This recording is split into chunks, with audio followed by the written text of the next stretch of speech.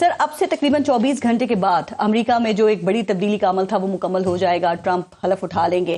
کیا خیال ہے کہ یہ تبدیلی پاکستان میں بھی کسی بڑی تبدیلی کا سبب بن سکتی ہے؟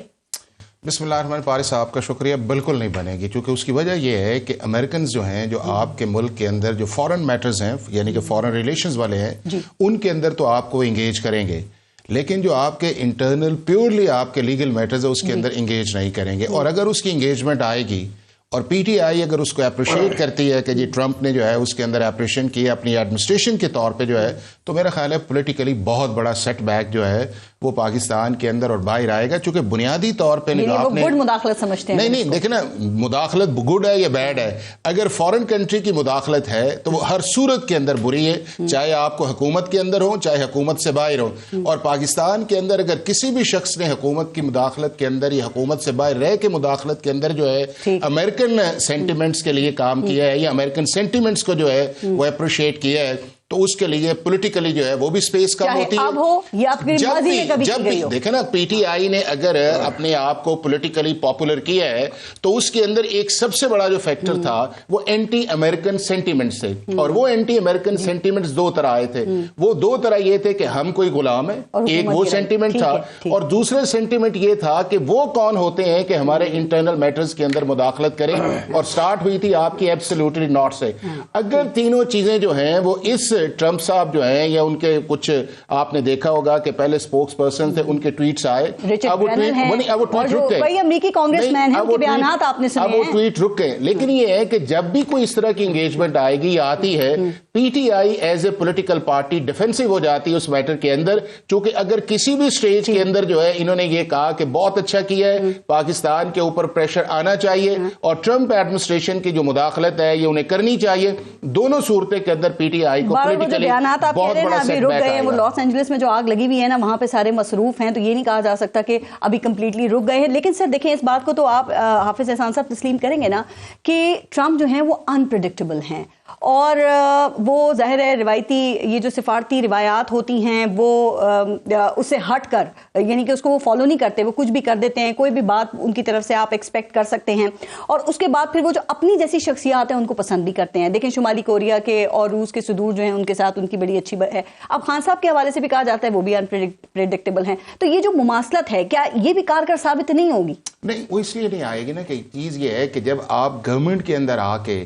تو آپ نے جب گورنمنٹ کی پالیسی کو ٹو کرنا ہوتا ہے تو آپ کی جو فرسٹ پریورٹی ہوتی ہے کہ اس ملک کی جو ہے ایڈمنسٹریشن کیا کر رہی ہے یا اس ملک کی اسٹیبلشمنٹ کیا کر رہی ہے. اور اگر دونوں چیزیں جو ہے آپ انہیں ٹیکنیکلی سائڈ پہ کر کے، نہیں خان صاحب بھی اینٹی اسٹیبلشمنٹ ہے، لیکن بڑی ریزمبلنس ہے دونوں میں. پارس، ان کی اینٹی اسٹیبلشمنٹ، ہماری اینٹی اسٹیبلشمنٹ. کبھی اینٹی اسٹیبلشمنٹ ہوتے ہوئے ٹرمپ نے پینٹاگون کے خلاف بیان دیا؟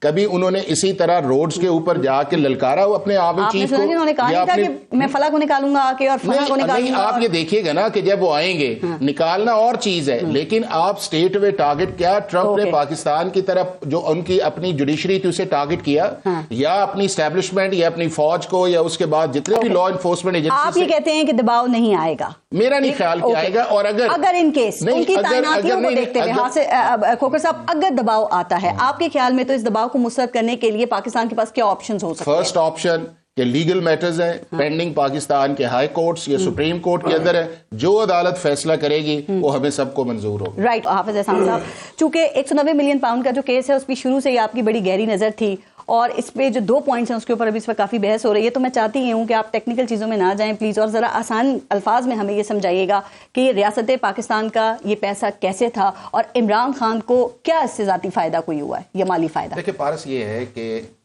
یہ پیسہ جو ہے اس کو پاکستان کی حکومت یا پاکستان کے لا نے منی لانڈرنگ نہیں کی. یہ وہ پیسہ ہے کہ جو پاکستان سے باہر گیا، اور برطانیہ کا جو قانون ہے پروسیڈ آف کرائم ایکٹ جو ہے، اس کے اندر جہاں بھی سسپیشیس ٹرانزیکشن آتی ہیں اس کی وہ انویسٹیگیشن کرتے ہیں.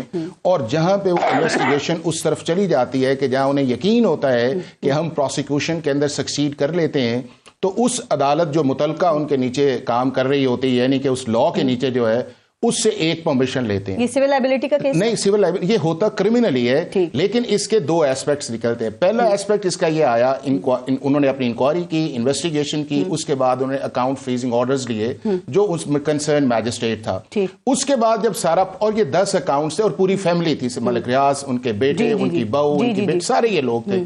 اس کے بعد ہوا یہ کہ جب یہ سارا معاملہ جو ہے اس اگلی سٹیج پہ جانے لگا تو ملک ریاض صاحب نے کہا اس لا کے نیچے دو آپشن ہیں. ایک یہ ہے کہ اگر آپ سمجھتے ہیں کہ میں اس پروسیکیوشن کو ڈیفینڈ نہیں کر سکوں گا, آپ سیٹلمنٹ میں چلے جاتے ہیں کہ جی میں اپنے پاسے کو گیو اپ کرتا ہوں. یہ ڈیٹیلز ہم نے سنی, یہ ہمیں پتہ ہے پیسہ کہاں جانا چاہیے تھا. پیسہ جانا چاہیے تھا برطانیہ کے قانون کے مطابق, جو NCA کا لا ہے اس کے مطابق جو ہے پیسہ آنا چاہیے تھا اسٹیٹ اکاؤنٹ کے اندر. کہیں NCA نے یہ ڈکلیئر کیا تھا کہ یہ منی لانڈرنگ ہے؟ نہیں, اور ان کی پریس ریلیز کو کیا پروسیکیوشن کا حصہ بنایا گیا تھا؟ یہ PTI کے مطلب یہی سوالات اٹھا رہے ہیں.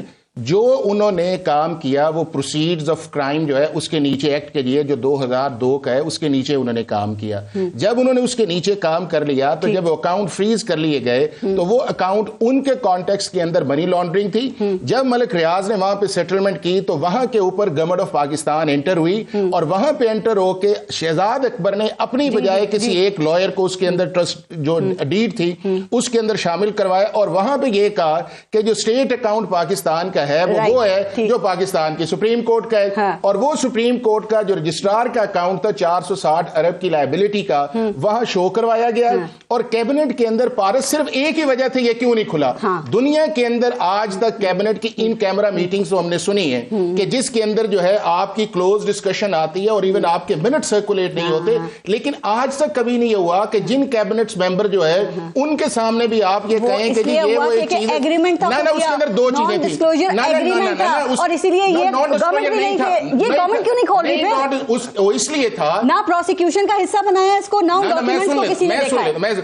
یہ فیصلے میں یہی بات ہے. نہ NCA کے اندر جب آپ نے اکاؤنٹ یہ دے دیا سپریم کورٹ کا تو اگر آپ اس کو نان ڈسکلوجر وہاں پہ نہ ڈالتے, اور وہاں کا قانون بھی ہے کہ اگر میں مان جاتا ہوں کہ میں نے کرائم کیا تو کہتے پردہ ڈالے, بٹ چونکہ یہاں پہ تھرڈ پارٹی پاکستان تھی, اگر یہ سمجھے کہ 3 دسمبر کو پتہ چل جاتا کہ ملک ریاض کا پیسہ جو ہے حکومت کھول لینا, انہوں نے بھی خفیہ پارس ایگزیکیوٹ ہو گیا کہ وہ پیسہ پاکستان کی سپریم کورٹ کے اندر آئے.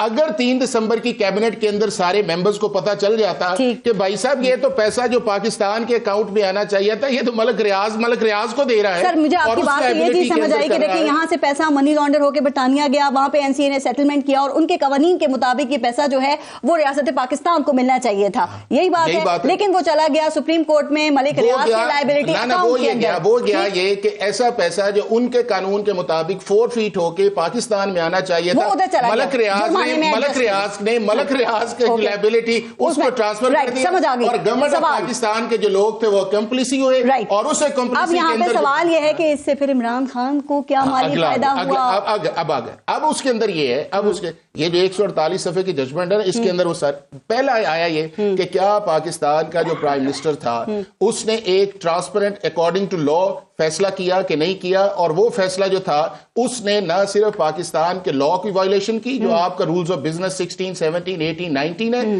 اور نہ صرف اس نے برطانیہ کی NCA جو ہے اس کو مس ریپرزینٹ کیا اور پاکستان کی سپریم کورٹ کے اکاؤنٹ کو استعمال کر کے جو انلیگل منی تھی اسے کور دینے کی کوشش کی. اب اگلا آ جاتا ہے اس کا ریسیپروکل جو ہے وہ آپ کا اپریل سے لے کے آپ کو 2022 تک جو ٹرانزیکشن نظر آ رہی ہیں اور جو آپ کے ڈیپینڈنٹ ہے وہ آپ کو ایک ریسیپروکل نظر آئے گا. اور اگر اتنا ہی سچا ہوتا تو جس نے دیا ہے وہ پاکستان کے اندر کہتا کہ جی میں نے تو کوئی کیا ہی نہیں ہے, نہ ملک ریاض آیا, نہ شہزاد اکبر آیا, نہ وہ 6 ایبسکانڈر ہیں ساری اس کے اندر. چلیں اب وہ ملک ریاض آپ کو تو اشتہاری قرار دے دیا گیا.